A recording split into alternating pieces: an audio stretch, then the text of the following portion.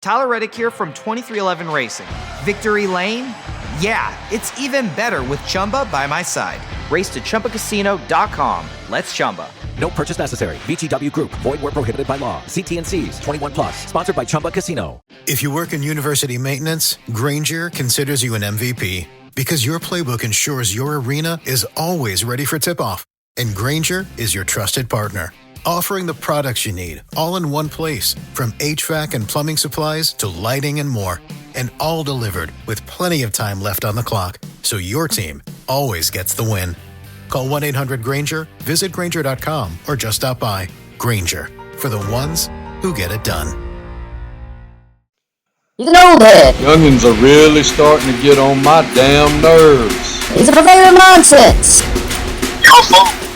He's a Georgia high school coaching job influencer. His favorite Bible verse is, Jesus wept.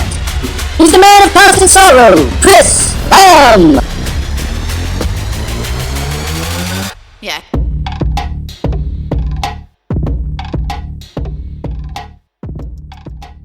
Welcome to Son Coaches Podcast, and today I got a special guest out of Florida. He is a legend in the Orlando area. He went off and did right by everybody in his hometown and came back just to add to his legend. He's now the head coach at Dr. Phillip's High School, Coach Rodney Wells. Thanks for being with me tonight.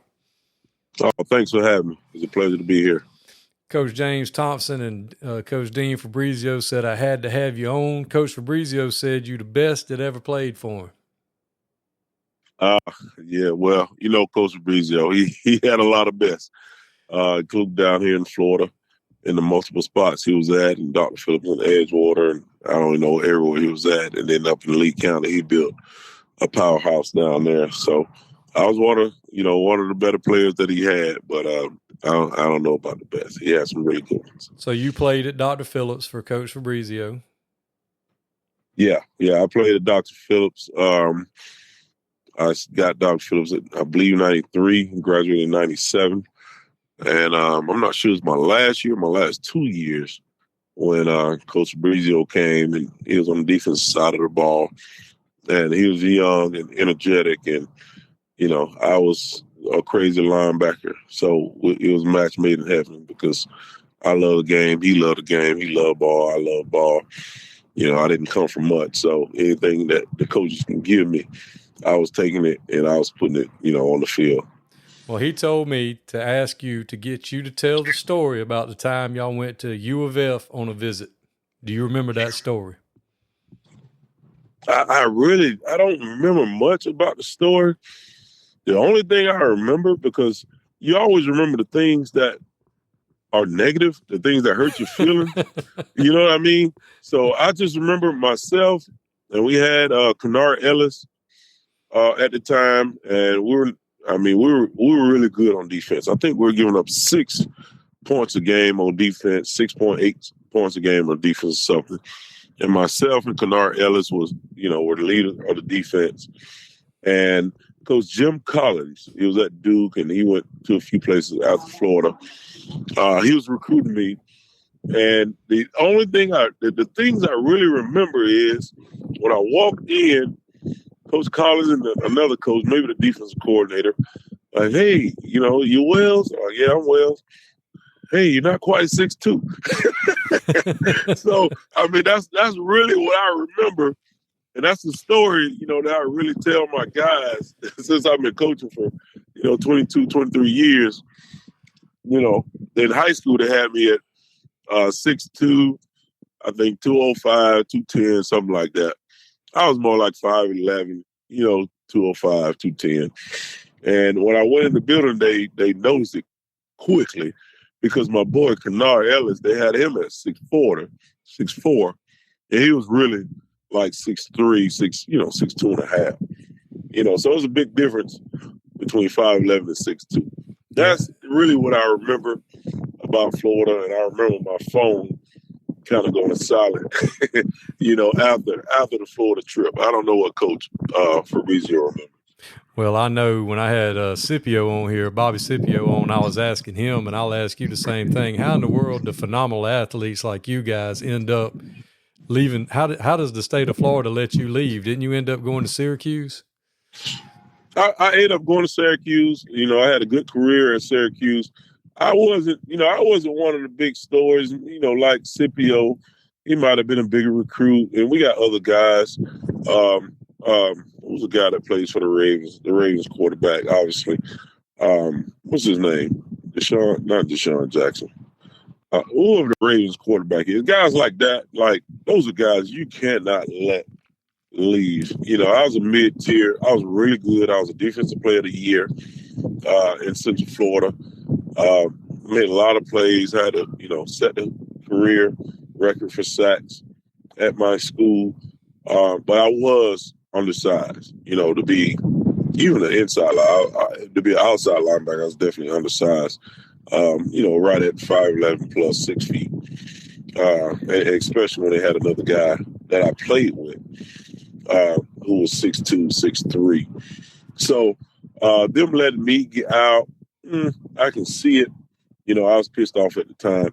But it's a lot of questions, you know, after me of guys, you know, going to places like Syracuse and Pitt and Louisville, you know, becoming All-Americans and, you know, playing in the NFL that the state of Florida let out.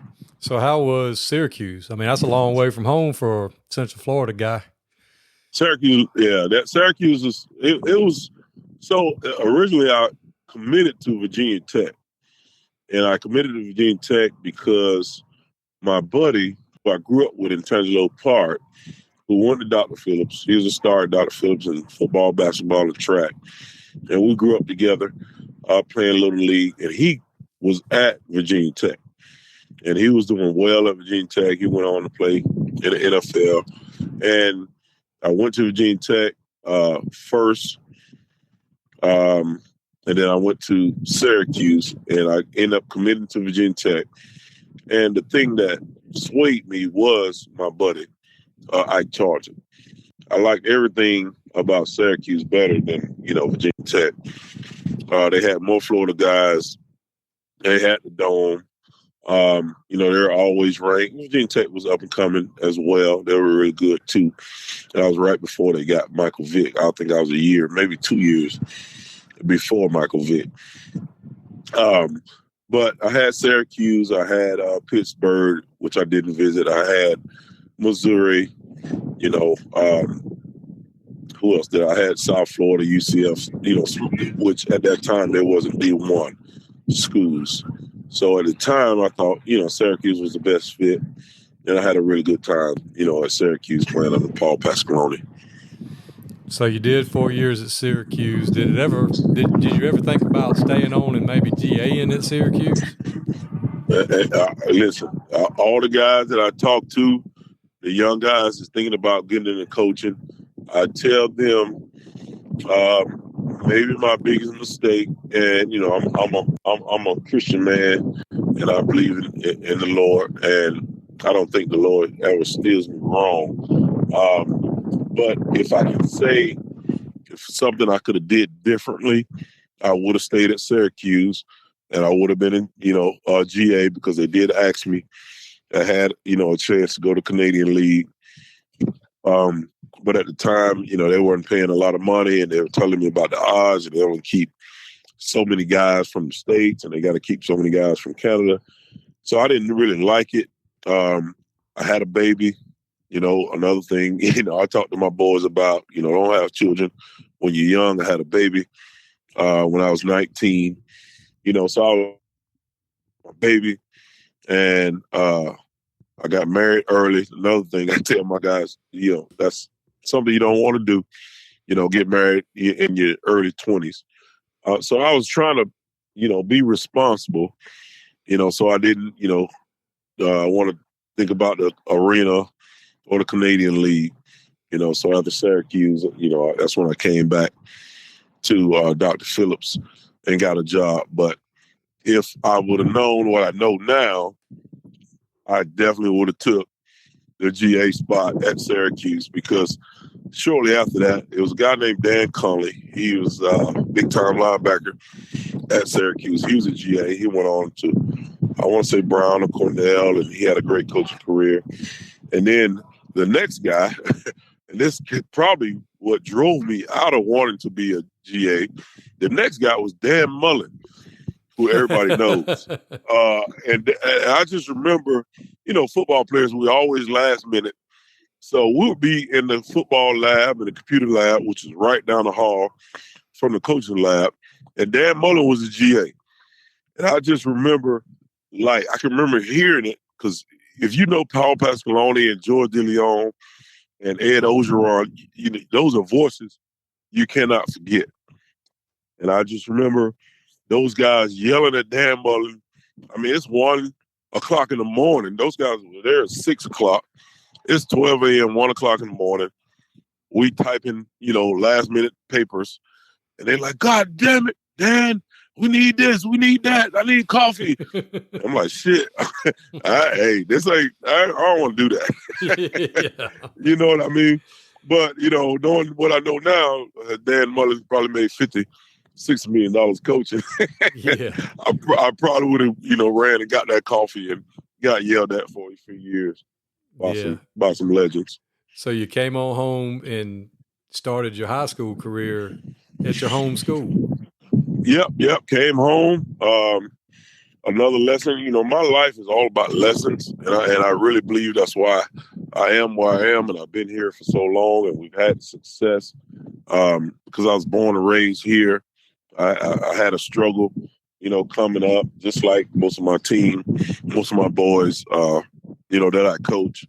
And when I came back, I talked to my boys about their name is how big their name is, Then when I came back from Syracuse. At the time I was married. My wife had a good job up there, making good money, but it's Syracuse. You don't want to be Tyler Reddick here from 2311 Racing. Victory Lane? Yeah, it's even better with Chumba by my side. Race to ChumbaCasino.com. Let's Chumba. No purchase necessary. VGW Group. Void where prohibited by law. See T&Cs. 21 plus. Sponsored by Chumba Casino. normal person from Florida living in Syracuse. And I was working at a Brinks up there, not making a whole lot of money. And I said, look, we got to go. We got to get out of here. Even though we were making a lot of money at the time with my job and her job, we had a kid. I think our rent might have been $450 for a 2-bedroom. Our car note might have been $200. So we were living really, really good. But that's not, I'm a Florida boy, So I came down, and when I came down, it was January, February time. Obviously you can't get on, coaching at that time. So I met with Coach David Langdon, who was the head coach here at Dr. Phillips at the time. And, I told him, hey, I need a job. Just coming down from Syracuse. He was like, hey, I remember you. I coached against you, this and that. He took me straight to the principal. The principal knew me. He was like, hey, yeah, you got a job. Here's what you have to do. I said, well, I don't need to interview. He said, you don't have to do anything. You have a job at Dr. Phillips. As long as you go downtown, fingerprints, drug tests, do the whole deal, and we'll figure it out. So because I did everything right, when I was here and I had a good name and the teachers knew me and the administrators knew me and I wasn't a knucklehead running around, I got a job without having an interview. The head coach said yes. The principal said yes. So now I just had to go through, the paperwork. And I think that was 2002 when I started here, 2002, 2003. And I've been here ever since. So what was your first job there, your first coaching job? My first coaching job here, I was doing defensive tackles. I was a linebacker my whole career, high school and college. I didn't know a lot about defensive tackles, but that's what they had available. And, I always knew in order to be, a good leader, you had to be a good follower. So I was reluctant, but the head coach, made it home, and the defensive coordinator, Steve Brightbill, he made it home. So they're like, hey, we run the slant angle, fit the defense. That's pretty much what we ran in high school, so I had a grasp on it. And they put me at defensive tackle. And then shortly after that, maybe a year, maybe 2 years later, I got the linebackers where, I was comfortable. So how long did it take you to move up from a position coach to coordinator? I moved up really fast. So when I got here, like I said, Steve Brightbill was the head coach. Steve Brightbill was the defensive coordinator. David Langdon was the head coach. I think I only did 2 years with David Langdon. After my first year with Langdon, the defense coordinator left. He got a head job somewhere else. And we didn't have I think, back then you only had, 6, 7 coaches. So I was the most qualified guy. And I was only, 22, 23 years old. And he was like, hey, you ready to be defense coordinator? I'm like, sure. So I did a lot of time under Coach Brightbill. And I started running the defense my second or third year at Dr. Phillip. So I did that for a while. I ran the defense from 2002, 3, probably from 2003 or 4 to 2010 and 11, when I got the head job. So I was a defensive coordinator really, really quick. So you became the head football coach at your alma mater in 2011. Yeah, we went to the state championship. We were loaded. We had D. Hart, Ha Clinton Dix. We went through a couple head coaching changes. After David Langdon left, they brought in Kevin Pettis. Kevin Pettis is known for, rejuvenating programs. He did a great job doing that. I mean, my first 2 years we were bad. I mean, we were 0-10 and then 2-8. And then Coach Pettis came in, and I remained the defense coordinator. And we were 5 wins, 7 wins, and like 9 or 10 wins after that. So I had some really good training, with Coach Pettis. He moved on, and they brought in. I thought I was going to get a job after Pettis, and then they brought in Del Solapa. I think he was from the First Academy down here in Central Florida. He did a good job down there. And I continued to learn, under Del Solapa. Did 3 years with Del. Went to the state championship in 2010. And like I said, we had some guys. We were loaded. I mean, we had 11 legit D1 guys. And that was the most awesome season ever. Like coaching, you always have anxiety. You're always worried about this. How you going to stop this? How you going to stop that? But when you got those guys out there like we had, it wasn't a whole lot of concern, and I was still young at the time.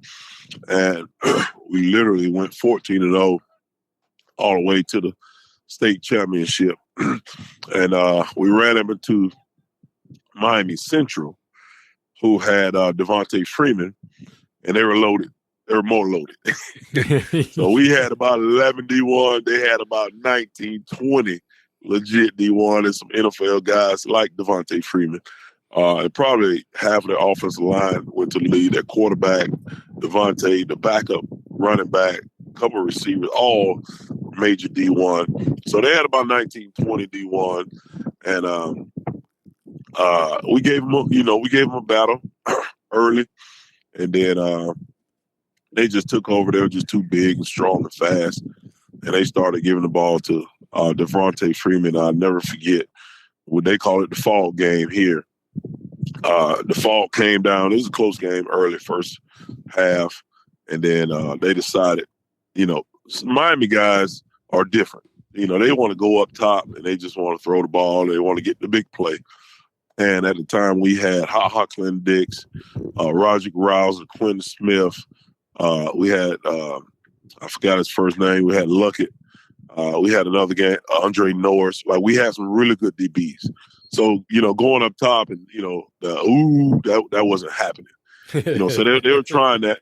Yeah, they were trying that early, and they figured out what happened. And I was hoping they was going to stay with that same game plan because our D-line were really, really undersized. Our linebackers were good, but they're undersized. And they were probably 6'5", 300 across the board with Devontae Freeman and another guy, another NFL back behind him. So about second, third quarter, they figured it out, and they're like, let's just lean on them. Yeah. So they started leaning on us, and when they leaned on us, we had no answers. But it was a great year. I had 3 guys that made it into NFL on that team. Clint Dix had a great career. D Hart, was in camp for a couple of years. Darius Johnson, left tackle, he was in camp with the Detroit Lions.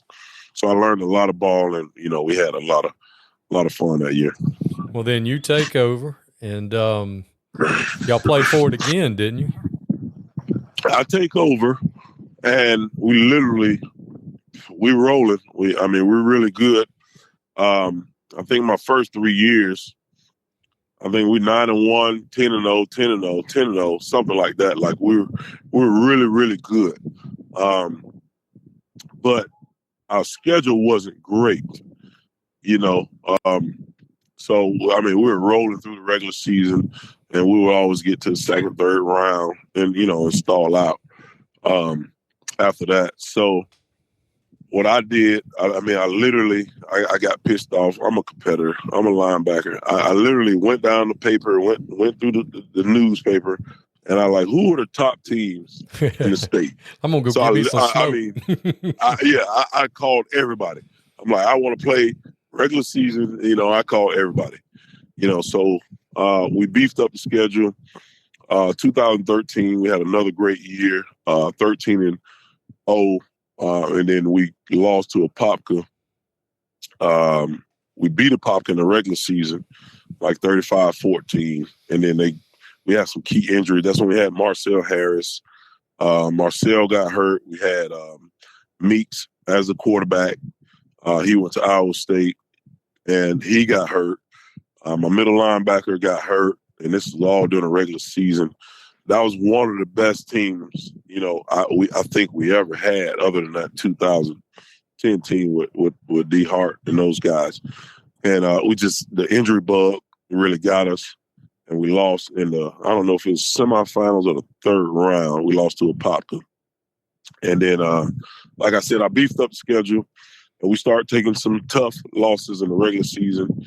And then we went back in 2016 and went back again in 2017, and we won it. 17, you finally win it. You bring the state championship back to your school. That had to be awesome. Oh, the most gratifying, amazing feeling ever. I wouldn't change it, for anything, just because of the process, just because of the grind, just because of the kids, just because of the community. We've never won a state championship at Dr. Phillip's. We've had a lot of talent, here at Dr. Phillip's High School, even though we still a young school.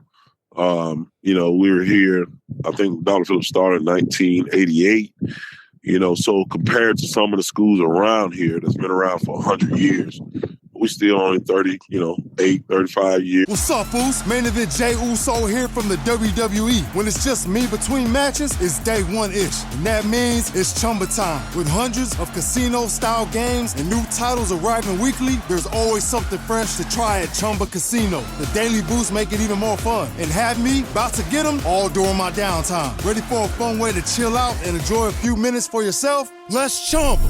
No purchase necessary. VGW Group. Void where prohibited by law. See T's and C's. 21 plus. Sponsored by Chumba Casino. And we had a lot of success. And to win that state championship, and really to be the only public school in Orlando to win a state championship, that just made it, a whole lot better. Evans, I think in 91, they had a split title. That's back then when they had ties. So I think Evans tied with somebody. So it was co-state champions.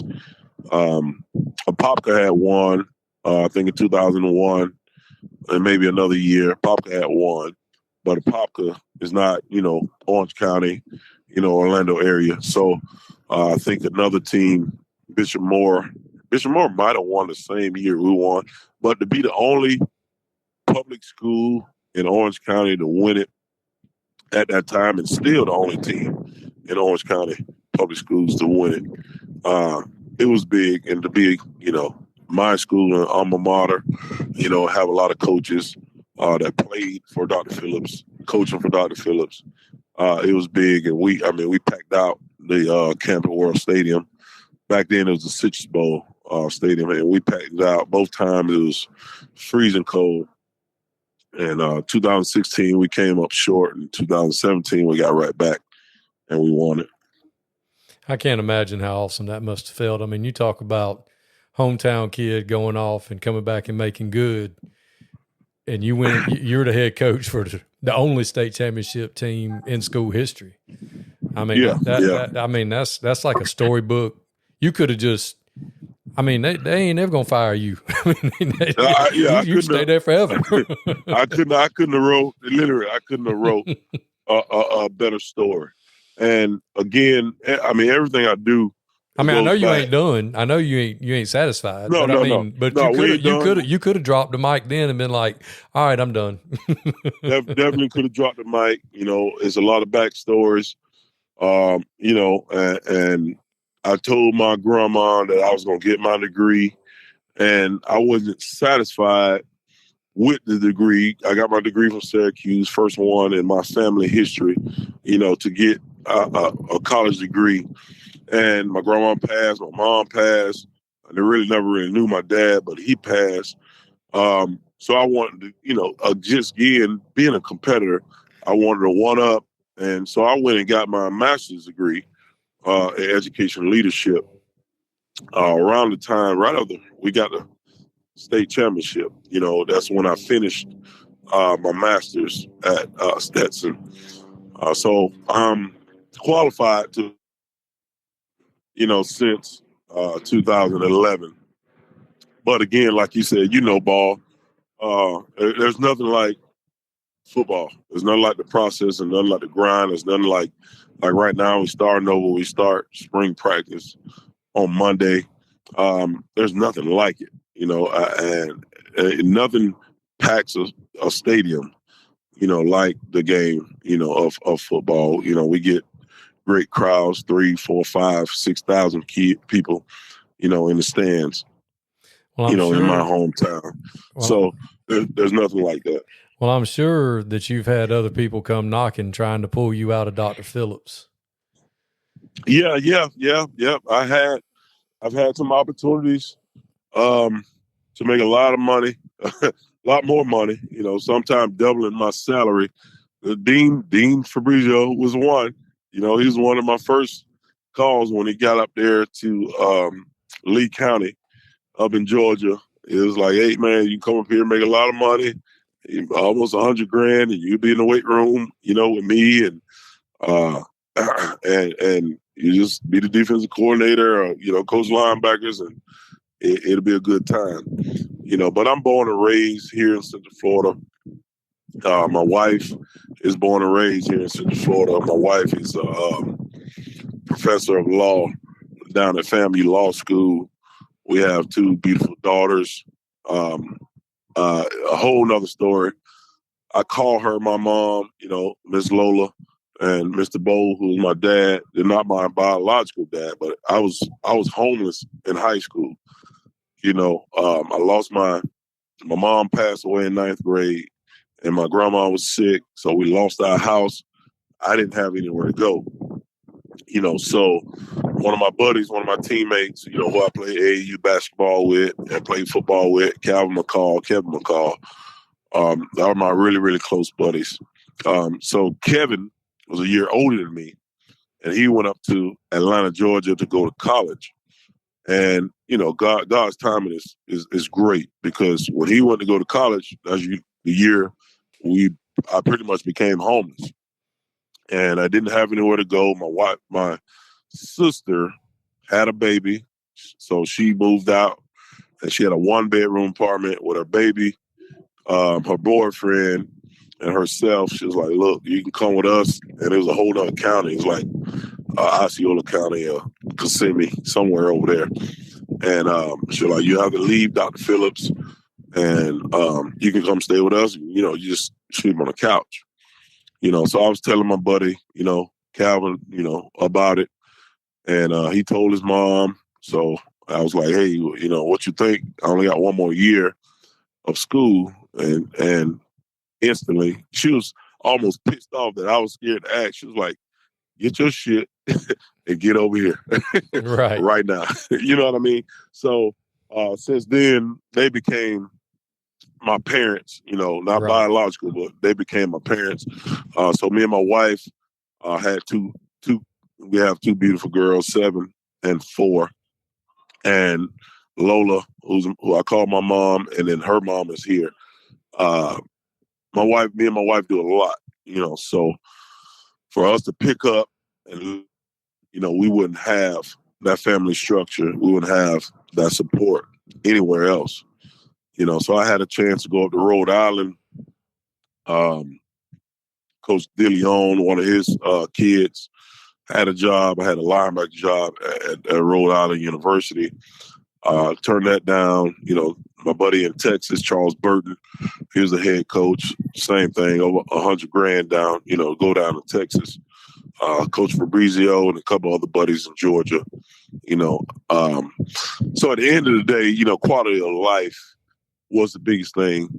For me. We not rich, but we're not hurting for money. So I turned a lot of opportunities down, to stay at home. Well, it sounds like too, it's a calling for you, growing up the way you grew up.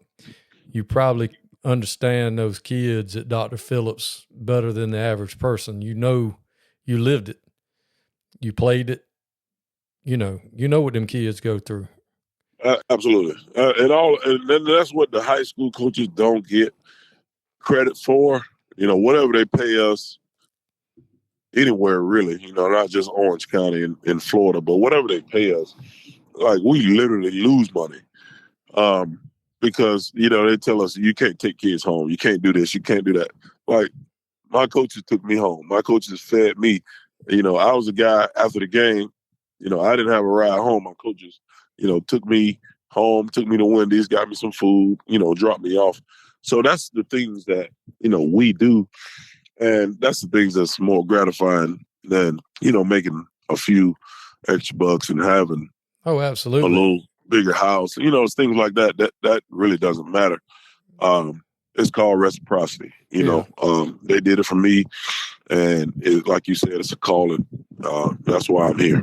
I mean, I when I went down to Orlando with James and working those clinics and met Florida coaches, and of course, you guys, y'all talk about how much money we do make more than you guys, but I don't make no money because I use my supplement on the kids. That part, yes. I mean, if I'm gonna eat, they're gonna eat. Yep. And if I'm gonna have clothes, they're gonna have clothes. And if I'm gonna have Absolutely. Christmas, they're gonna have Christmas. Yep. And the average everyday person, I don't think they understand that that's what we do. No, that's what we do. I mean, we ain't gonna let no youngins go without. No, nobody's gonna be hungry. No. And we always been a successful program. You always practice on Thanksgiving. That's the meter of success. You have Thanksgiving practice. Now you're at least in the third round of the playoffs, and we always did that. And all our old guys came back, and we always check with our guys, and we understand the kids. You can't do it publicly, you can't do it in front of everybody, but you always talk to the kids. Hey, you good? You good for Thanksgiving? You good for Christmas? Right. And there's always gonna be a kid. Hey, coach, I need somewhere to eat. I need this. I need that. And, we always take care of the kids. Well, even simple things like you pull into a McDonald's, I just stand off to the side and I would tell them, hey, if you need scholarship, I'm going to be over here to the side. And sure enough, there'd be 3 or 4 of them. And it was always, Coach, I forgot my wallet. And he ain't forgot his wallet. He ain't got no damn wallet. He ain't got no money. No, he ain't got no, but that's okay. I get it. And that's fine because I get my ATM card out and he'll eat. And if he needs to be the bus driver and get the free meal that the bus driver gets, then he's the damn bus driver. That's what it is. But the youngins gonna eat. They're gonna eat because they got to eat.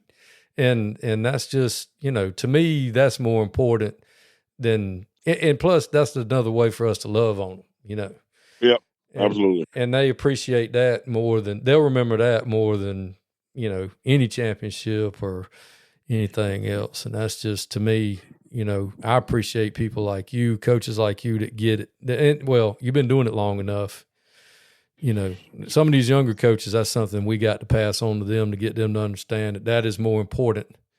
What we can do for these kids than what these kids do for us. Yep. And that's the hardest thing to find. We've been, and again, it's just not me. It's a state thing, maybe a national thing. I don't know. But just to find younger coaches, to buy in and not, want to, hey, coach, I want to be the coordinator. Coach, I want to call plays. Coach, hey, man, slow down. Come in, coach your butt off. And whatever you want is going to come, if you're doing the right things. And that's the problem, with the younger generation that we're finding in, the younger coaches. You don't find a whole lot of grinders, like we were, that just want to come in and work and, get the program better. They want to come in, they want to have a title, they want to train on the side, they want to take the kids on college visits to say they took this kid here, and they developed, it's really, really different now. Yeah, and you get to be my age and your age, and I mean, you're a head coach, so it might be a little different for you, but for me, I want as little responsibility now as I can get. Give me a position and let me just go play with my kids. Absolutely. Coach, you want to be a coordinator? No, I'm good. No, I'm straight. just give me the OL. I'll be down here with the fat kids. I'll buy them a pizza every Thursday. We're good. That's it. That is it. I have my time and my titles. I'm good. That's right. But I'm glad you hit on that. That's what I'm trying to transition to. Yeah, I'm glad you hit on that, because that's something, that in my talks I talked about, being a good assistant coach. And, there's things as an assistant that we can do to take pressure and things off of your plate. Because there's stuff that you have to do that only you can do. Exactly. And, exactly. We got to get, younger coaches to understand. And it's not an age thing, just in, their place in the business. They may be young in the business, maybe an older guy that just got into coaching, just getting them to understand, hey man, he's got stuff that, he's got to deal with. He's the only one that can do it, but we can clean up the locker room. We can run this kid home. We can deal with handing out equipment and finding the thief that stole my knee pads. Absolutely. So he ain't got to deal with it. That's the biggest, to this day, the principal that hired me, Gene Truchinski, shortly after I became the defensive coordinator, I became a dean, and I was only in the classroom for 3 years. And he put me at one of the toughest spots in the school. He's like, hey, I'm putting you here because this is where we have problems, and I need you to clean this corner up. So it's easy. So I cleaned the corner up. I did a really, really good job, and I became a dean. And I asked him. I said, "Hey, I'm a dean now. This is new to me. I'm in administration. What do you need me to do? Like what? What's the role?" He said, "It's easy." He said, "Keep it off my desk." And again, I'm still in my young, 20s. And I'm like, what do you mean? What are you talking about? Keep it on my desk. He said, you're the dean, you're a football coach, you're a defensive coordinator. I need y'all to handle y'all situation. I hired y'all for a reason. Keep it off my desk. You're going to be the dean of 10th grade. I don't need 10th grade issues coming to me. And that was a life lesson over 20 years ago that I learned. And every fall, every spring, that's exactly what I tell my coaches. I say, hey, man, it's your job to keep it off my desk. It's my job to keep it off the AD and the principal's desk. You know what I mean? So I learned a really good lesson in my 20s, and it stays with me today. Oh yeah, because as a head coach, you can't be everywhere and do everything. So you got to be able to tell, hey man, you the head coach of wide receivers. How about handle that? Handle that. Yeah, I don't need to walk down there and take over a drill. Yeah, I ain't got time Discipline, for that. drills, grades, emails from parents, emails from teachers. You take care of that. Yeah, I ain't got time for that. Yeah. Yep. And that's, I'm not going to micromanage you unless I have to. Absolutely. And if I have to, I'm going to have to find another coach. If I have to, I don't need you. Exactly. That's exactly right. It's hard, and they'd be looking at you crazy. Yeah. Well, crap, son, I told you. I can't tell you too many times now. Yeah. I got a lot going on. I don't need your receivers coming to my room all the time. Yeah. And I'm sure you probably still have your passion's linebacker. So I would hate to be your linebackers coach, but with everything that goes on these days with being a head coach, I'm sure you stay busy. Yep. I had a few really, really good years. Brought on Boris Jackson. Always had a good linebacker coach. I got Coach Martelli right now. Before him, I had Ken Jones. Always had a good defensive line coach. So I was usually, before I got Boris Jackson, I transitioned to defensive backs. So when I was a coordinator, I had defensive backs. We had HaHa and Marcel, all those guys. And then Coach Boris Jackson came over. And that's what I always talk to the guys, about is, ego. Like, I'm the head coach. I've been coaching defensive backs, and I'm looking for a defensive backs coach. And when I found the one that I like and, he's better than me, I let him do his deal. You know what I mean? So if I can do it, and if I can step back, and let the guy do it, everybody else can, do the same thing and have the same, same attitude. So obviously, like you said, you don't micromanage unless you have to, because at the end of the day, it's a business. And as a coach, you got to make business decisions. And I've had, being from here, I have some friends, some guys I played with in high school, some guys I grew up with, coaching with me. And I had to make some business decisions, and the other coaches were surprised that of some of the decisions that I made. I'm like, hey, you don't be surprised. He know what it was. He know what it is. The conversations I had with him are not the conversations I have with everybody. But when I need to make a move for the program, I'm always going to do that. Well, I'm going to get you out of here on this last bit of the conversation. I'm going to hit you with one of my favorite South Georgia sayings. What them boys going to be looking like this year, Coach? Them boys going to be good, Coach. Them boys going to be, we've had some struggles over the last few years. Had a year was 4-6, 5-5 after the state championship. Even after the state championship, literally losing a lot. Like 32 seniors. Good gracious. We still made it to the third round with a 5-5 team. So that tells me that the guys are learning, the older guys are teaching the younger guys, the system works. So these guys that we have now, we started with these guys. Most of them were starting as sophomores. When we were 4-6 and then 5-5. And then last year, we lost in the second round in overtime to Tampa Plant in a game we should have won. Just had some mistakes. But again, all those guys are still sophomores and juniors. Now they're going to be seniors and juniors. And the expectation is very, very high. Offensively, we got the whole offensive line back. We got 3 receivers back, got a quarterback back, got 2 running backs back.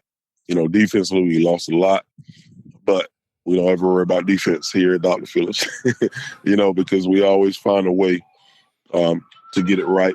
It might take a few weeks, but the expectation is high.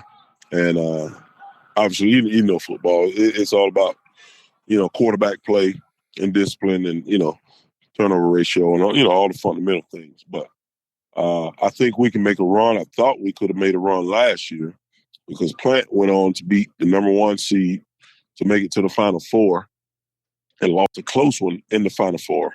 And this is a team that, we should have beat had we not had 2 major turnovers. We dropped a fumble.